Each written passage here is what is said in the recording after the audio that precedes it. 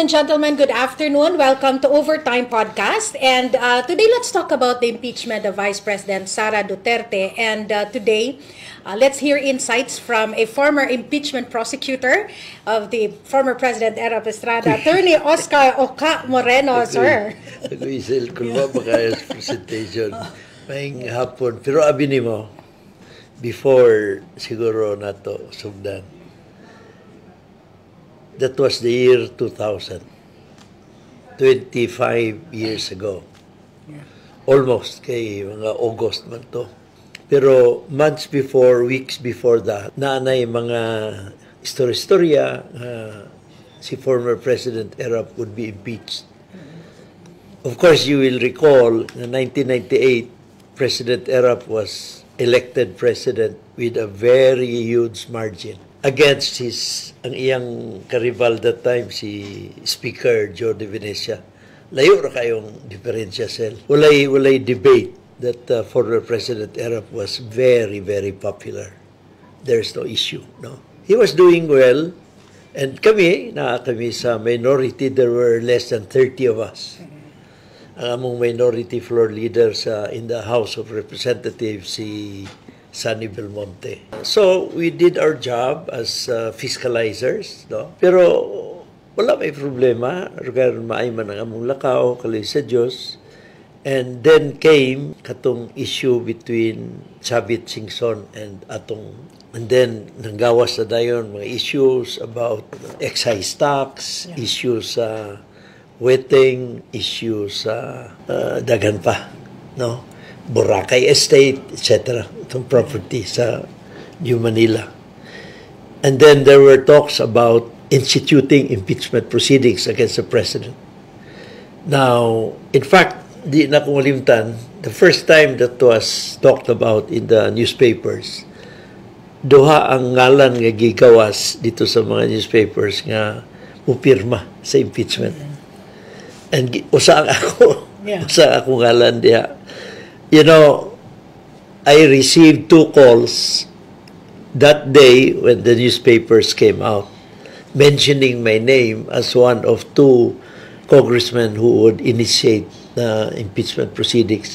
Kaya under the Constitution, impeachment can only be initiated in the lower house. And then diya sa lower house, kinahanglan na ay bisag usa ka congressman nga mo file, or kung ordinary citizen na ay congressman nga mag-endorse, no? So ito gigawas ako ngalan. I got 2 calls from my mother-in-law and from my youngest brother, si Onyok, separately, pero pareho ang ilang rason sa pagtawag na balaka. Kay gigawas ako ngalan as one of the those who would file the impeachment. Now, of course, dili cancel under the Constitution, kung dili ka na mahitabo nga naay congressman nga mag-file, wala impeachment nga mo prosper. So anyway, ang ako lang tubag, I'll just have to reflect on it.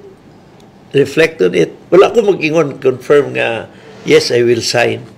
Ingon lang ko nga, I'll think about it, I'll reflect on it. But of course, I know that it's a constitutional duty and all that. Pero di ina ko malimtan si Onyok tong ingon siya, no kakay, mo pirma, naamas newspaper, imong ngalan, mo pirma ka. Iko, lagi, na dawbi, ang iyang tubag, ibalo ka iyang tubag, dawbi. Oh, yeah. So, dawbi, siyempre, anyway, so before I decided to sign, I had to reflect. I had to take a trip outside Manila to reflect on that matter, meditate on that. Usa ka adlaw ko nga nag-reflect na. Wala ka na sa mga Biblia nga mo, adtos bukid, zaron mo. Reflect lang kung ano sa buhaton. Now, in the end, Sel, I concluded, 1, everything has an end. That was my first conclusion. Everything has an end. And then, ikaduha dayon na kung ang akong end as congressman is Morane, this is my first and only term, okay lang. I think I can rejoin the private sector. And what's important is I have done my duty as a member of Congress. Ay kanang pagpirma sa impeachment cell, ang kuan man gud diha, ang di malikayan, naidagan considerations diha. Of course, tao raman ta, na diha political reason, etc. No? Pero sa ako, gyud ang pinaka-overriding issue sa ako, whether to sign the impeachment or not, was, is this a duty that I have to do? Kay kung duty ka na, then I'll do it, and regardless of the cost. That was the same process that I went through dito sa impeachment against the ombudsman, kan Diserto. Doon na, the year 2022, 2021, giaginasad ko, in fact, ang naitabo, ako ra ang nag-file of impeachment against Diserto because I felt that it was my constitutional duty. Anyway, Sel, so, kung ka na, Sel, dili sayon ang pag-decide whether to sign the impeachment or not. No? Basta ako, I'm speaking for myself. I went through that twice in my life. And in both instances, ang ako yung decision was, ang biggest question that I asked myself was, is this my constitutional duty? If the answer is yes, I will do it. Yeah. If the answer is no. Now, anyway. So, currently, sir, naata sa question on procedure, siguro diha, sir. Mao lagi, unang akong kuan, importante ka na nga backgrounder. Yes. Kay ang issue mong good karon, essentially, do na by duty ang Senado to try the impeachment complaint. Yeah. Do na by duty. Kaya ang impeachment is a two-step process. The filing, the initiation, which happens at the lower house. And then ang second is the trial, which is dito na sa Senado.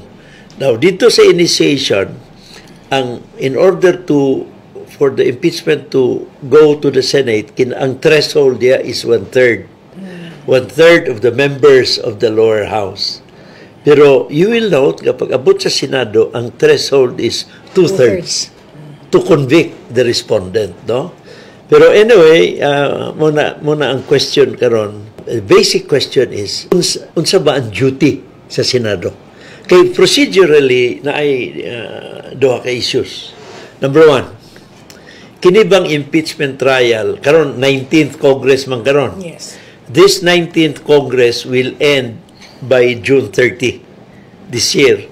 And in fact, ang last session would be tomorrow. Yeah. June 11 or the next day. Wednesday. June 11, the last session where both houses will adjourn sine die. And then, pag-abot sa July, bag-o na ang Senado, bag-o na ang Kongreso. Although, sa Senado na ay carry over. Kaya ang gi-elect karon is 12 man, no? In fact, diha sa 12, 5 diha ang incumbent. So, 7 ra gyud ang bag-o nga mo join sa sunod nga Senado, no?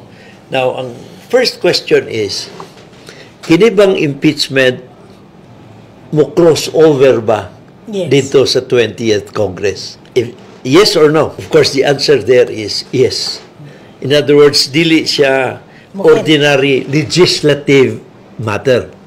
Kay sa ordinary legislative matter, kung kana nga butang wala pa mahuman by the time nga mag-end na ang Kongreso, which is June 30, then wala na. It will have to be refiled in the next Congress. So, ang answer diya is, i-carry over ka na, i-cross over ka na, dili ka na mapaso. Kaya nga no, that is not an ordinary legislative matter. It is a legislative duty on the part of the Senate. In fact, kanang impeachment, wala ka na sa article on legislative council to sa lain nga article sa accountability of officials. Ang ikaduha din nga pangutana, assuming nga walay mahitabo kini karon between now and June 11. Wala mabasa ang articles of impeachment, wala mag-convene ang Senado karon as an impeachment court. I-crossover pa ba gyapon dito sa sunod nga Senado? No, sa unang pangutana is, Yes. assuming nasugdan karon pero wala mahuman karon, i-crossover ba? The answer is yes. Ang ikaduha nga pangutana is, assuming wala masugdi karon, either walay quorum, kay karon na may session karon today, Monday, Tuesday, and Wednesday. Now, pero daghan kayo ang naas calendar sa Senado. I understand, karong hapon, silang Senator Coco, Senator Risa will move na initiate na karon ang pagdawat sa impeachment, the articles of impeachment. Now, pero ang problema diha is wala mas calendar. So, ano pa na, hinalan, i-approve pa na sa plenary. Na assuming kung ma-approve, wala problema. So, magsugod na sila karon or tomorrow, etc. Pero ang problema is, dili masugdan, kay dili ma-approve ang motion, or the motion fails, it is disapproved, or hangtod sa pitsa 11 nahuman na lang pitsa 11 wala pa gihapon magsugod ang impeachment. Muna ang question gihapon is napabay crossover gihapon. So in both questions, the basic question is nabay crossover. Ang nagvary lang sa first and second, kay ang sa first nasugdan ka sa 19th Congress, whereas sa second wala gyud magsugod. Wala, in other words, wala mag-convene o wala mabasa ang articles of impeachment. Now, ang question is, mag-crossover ba? Now, of course... and the answer is? Ako tanaw, crossover yun. Mag-crossover yun. Pero ang problema niya kay... naakay question mark. And kanang question mark might create some doubts in the minds of the people, no? Pero ang akong tanaw is, there is a compelling reason nga i-respetuhan yun ang atong Batakang Balaod. Kaya di man mahimo sel nga by its own action or inaction, the Senate would fail deliberately to fulfill its duty to begin with the trial forthwith as mandated by the Constitution. No. Yeah. Kaya nadawatan biya nila ang articles of impeachment February, the day that they would decide that the adjournment would begin, no? Or the day before the adjournment. So delayed na siya, sir. Kato kwanto siya, dili na to mabasol ang Senate nga wala sila mag-proceed sa trial during the recess. Di na ito mabasol. Kay naay rason si Senate President Escudero nga di man maglisod ang Senado to convene during recess separately sa lower house. Kina may rules diha sel abi nimo diha sa Kongreso, bilateral kita, we have two houses. You have the Senate, the upper house, and you have the lower house, the House of Representatives, no? Actually, at the beginning of each Congress, the schedule of both is already synchronized from beginning up to the very end. Beginning up to the end, when I say beginning, for every regular session, ang regular session na begins 4th Monday of July and ends dito sometime in June. Kini rugar karon. Moni, kini is the end of the regular session, the third regular session of the 19th Congress. No, so dito na sa sunod nga Kongreso, 20th Congress, magsugod ang first regular session sa 4th Monday of July and then mag-end siya by June of the following year. So kanang schedule cell sa both Senate and the House, synchronized na kano sa mag-break, kano sa mag-resume. Gasabutan na siya daan. Gasabutan so that dili mahitabo nga one house will convene, adjourns while the other house still is in session. Di sad mahitabo nga one house will convene while the other house is in recess. Kinahanglan magdungan gina. Although dili rugal ingon nga same hour of the very same day, no. So mao na ang tradition. Unsa ning 19-day nga procedural munang kan Tolentino. Schedule nila kan, yes. Senator Tolentino, kay ang theory magod ni Senator Tolentino is every Congress has its own life. Na kining 19th Congress will end come June 30. And dito sa July 1, that's a new Congress. 20th Congress na. Even if naapay 12 ka mga miyembro sa Senado nga carried over sa 20th Congress. Remember, ang membership sa Senado is 24. Sunod, ang gapilian lang every 3 years is 12. Kaya ang term sa senator is 6 years. Pero every 3 years, mamili kita og 12. No? Kay ang mahitabo di asel, na ay 12 nga dito pa sa sunod eleksyon ang ilang re-election or dito mag-expire ang ilang term. Kuha mo? So, 24 members pero 12 ang eleksyon kada 3 years. So, kini karon 12 atong gipilian. Now, kinin 12 sel, muna sila. 7 ang bago. 7 ang bago. Sila ni Bam Aquino, Kiko Pangilinan, Rosante Marcoleta, Erwin Tulfo, Camille Villar, Ping Lacson, and Tito Soto. These are the 7 new members. Although balikbayan si Lacson, Soto, and Pangilinan and Aquino. Balikbayan sila. So, ang 7 nga outgoing, ang ilang pulihan mo ni Cynthia Villar, Coco Pangilinan, Grace Poe, Bong Revilla, Francis Tolentino, and then Angara and Nancy Binay. 7 ilang pulihan. Kuha mo? So, naay 5 nga magpabilin. Ang 5 nga magpabilin, na-re-elect ni sila na-re-elect ni sila sa last election. Bongo, Bato de la Rosa, Lito Lapid, Amy Marcos, and Pia Cayetano. Okay, na 5. 5 nga elected nga magsugod ang ilang term sa 20th Congress. Now, so, 12 lugar na. Now, which means nga naapoy 12 nga naana karon diya. Naana diya karon daan, no?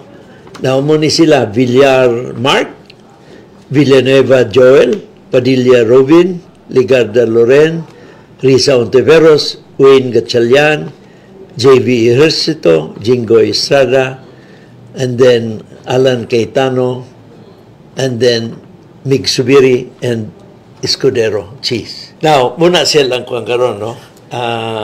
In terms of political leaning, ani sir? Unsay tanang? Abidi mo, mismo ako kalibog ko ani karon. Kaya no ha? Because it's in the numbers ba yan? Sa akong tanaw, dili man ni ang issue lang kung who is pro-Sara, who is pro-anti-Sara. Dili lang. Kaya no, sa akong tanaw, si President BBM, di sa niya gusto idayon ng impeachment. So you believe that? I believe that. Dili niya gusto idayon ng impeachment. Kaya nga no, kung madayon ng impeachment, mo istoryahan dayon katong 250 million na confidential. Katong gigamit ni Vice President Sara sa in 11 days towards the end of the year 2022. No, maistoryahan gina. Sige, di man nagsugod. Na although ang issue sa confidential fund, mga 615 million, pero 250 million, dito sa 2022. Now, how did it come about? Sa year 2022, pagsugod sa year 2022, zero ang budget sa confidential fund sa Office of the Vice President. Kaya pagsugod sa 2022, ang Vice President was Leni Robredo. Yeah. Gizero man sa Kongreso that time ang budget sa Vice President. No? So, pero doon ay 600 million sa extraordinary funds, no? So, but the fact was, ang confidential fund sa Office of the Vice President was zero. Yeah. Now, taman raman sa June 30 ang term ni Vice President Robredo. By July 1, si Vice President Sara Duterte na nag-assume up to December 31 of 2022.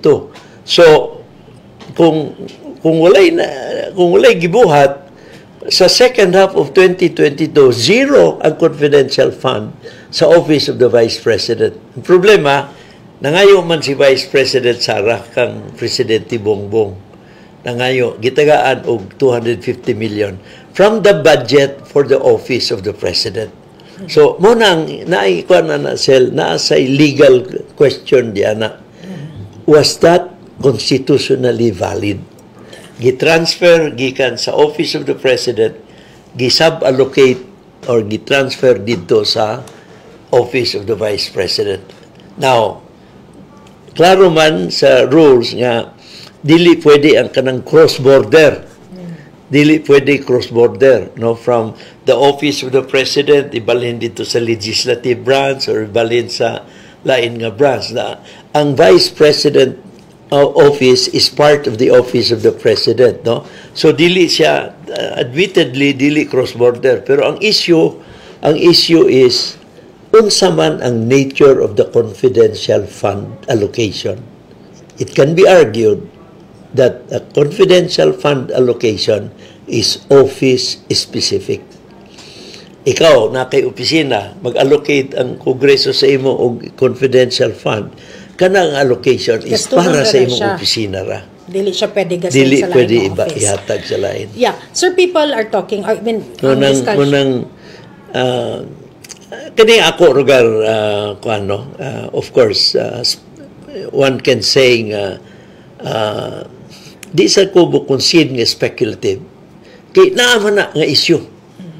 Naaman na nga issue. Ang sigurado gid ko pag-abot sa trial, kung magka-trial cell, somebody sa Duterte camp will raise that issue on constitutionality niya ng pag-assign sa 250 million. Sunod na, muingon dahil that is also a culpable violation of the Constitution, which is a ground for impeachment.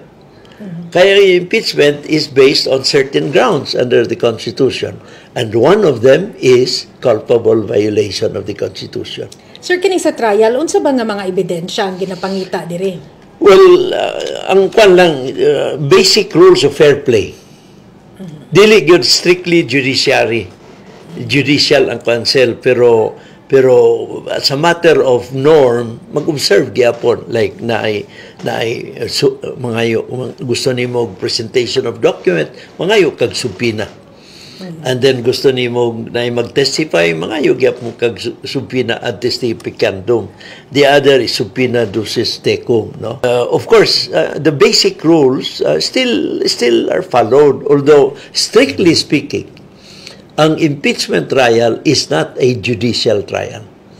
In other words, the burden of proof dili kinahanglan nga beyond reasonable doubt, which is the threshold sa pag-prove sa guilt in a criminal case, no? Whereas sa civil case, ang level of proof is kanang gitawag nga preponderance of evidence. Now, kini akin sa administrative case, no? So, kuan lugar na sel, dili kinahanglan nga proof of guilt beyond reasonable doubt. But any one lugar, that would be left to the sound discretion of the senator judges. Now, dili sad sila ma-blame kung unsa ang ilang desisyon. Ila kana nga absolute discretion sel.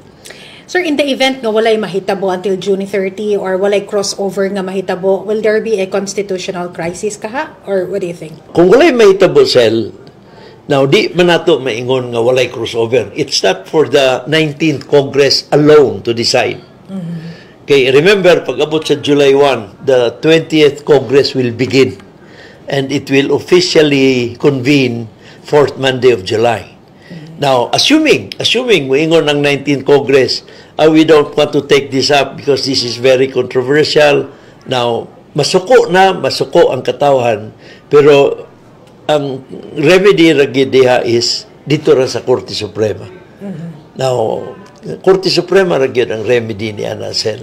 So, the other remedy is, dito sa 20th Congress, dili man siya bound sa decision sa 19th Congress. Although, remember, dito sa 20th Congress, 12 ni ana, and in fact, dili 12, 12 plus 5, 17 ana. 17 sa 20th Congress are currently members of the 19th Congress. Katong akong mga ginganlan. Yeah. Si Bongo, Bato, Lapid, Marcos, Aimee, Cayetano Pia, and the 12 that I've read, whose names I've read earlier. So, they will be members of the 20th Congress. Now, so, assuming unanimous sila, unanimous lugar, kini karon, unanimous ang members of this Congress, duha ra biya opposition, Senator Pia Hontiveros and Senator Coco, assuming everybody says, we don't want to act. Now, of course, that is against the Constitution. Pero ang remedy, ana, is dito ra gyud sa Korte Suprema. Now, the other remedy is dito dayon sa 20th Congress. Pero kung unanimous sila, chances are di nimo makuha ang mayoriya dito sa 20th Congress. Kay unanimous man sila 17. Di ba? Pero akong tanaw, Sel, akong tanaw, medyo man sad, ay, nakasabot man sad siguro sila nga kuan na kayo, garapal na kayo kung muingon sila nga pwede man ni nato i-dribble. Yeah. Garapal, medyo, I don't know sa ako, I'm sorry for using that word, no, pero dili na siya, everybody is already saying, dapat they should proceed with the trial. Everybody is saying that already, no, and for them to ignore this clear public opinion, medyo kuan na sel. Although nakasabot na ay mga political realities. Now, mo nang problema karon kay kini mga political realities actually naay confluence between sa grupo ni Vice President Sara o grupo ni President BBM. Kung sila pa imong paminaon, sila imong pagbuton, pareho silang dili gusto nga naay impeachment trial. Sa akong basa. Of course, Vice President Sara is worried na kung magsugod ang impeachment, ang confidentiality sa bank deposits will be gone. And that will be a cause for worry. Even if she's not guilty of anything. Kay, siyempre, open na. Dagan na kayo istorya na hindi ang amugawas. On the part of President BBM, kung magsugod ang impeachment, somebody diha sa grupo ni Vice President Sara will question nga asa magikan ka ng 250 million gikan makana sa allocation sa Office of the President. Sir, you were saying kanina ang 20th Congress dili sila bound sa decision sa 19th? Yes. Dili pwede i-refile, no? Kay kaisa raman dapat sa isa ka tuig? Dili pwede, pero mo lagi ang premise diha is na ay crossover. Okay. Na ay crossover. Kay dili kung i-refile ka na, we'll have to wait for 1 year. Yeah. After, kanusa ba na na-file yan to? Muna ang cut-off. Na, pero mo lagi, ang nahitabo man God kay na may pwede nimo masulti karon. The sentiment now is pwedeng masulti nga is quite different from the sentiment before the May elections. No, ang akong counsel is May elections kigawas nga grabe gyud ang support sa Duterte group. Nakita man grabe ang support, no. Munang medyo lugar na kining mga senador siyempre by 2028 mo kandidato biya. Yeah. Na interesado diya magbais na interesado magpresidente na daghan interesado magpa-re-elect, no. So they cannot ignore the reality that we have recently experienced nga kusog ang puwersa ni sa Duterte faction. Yeah. La vida din is Mindanao. One last question lang, sir. Balik-balik na to ning kadunggan accountability. Would you like to expound? Mao kana no sa ako I hope nga kining mga nuances sa politika will give way to the basic principles that should prevail and overwhelm over all these political considerations. And one of these principles is accountability. No? We are a government of laws and not of men. Kini panalitan karon, kini nahitabo, kaya crossover o dili. Tungod ba kay gusto sa mga senador nga di pasagdan na ng kaso, di na padayon ng kaso, di na ihir. Can they prevail over the Constitution?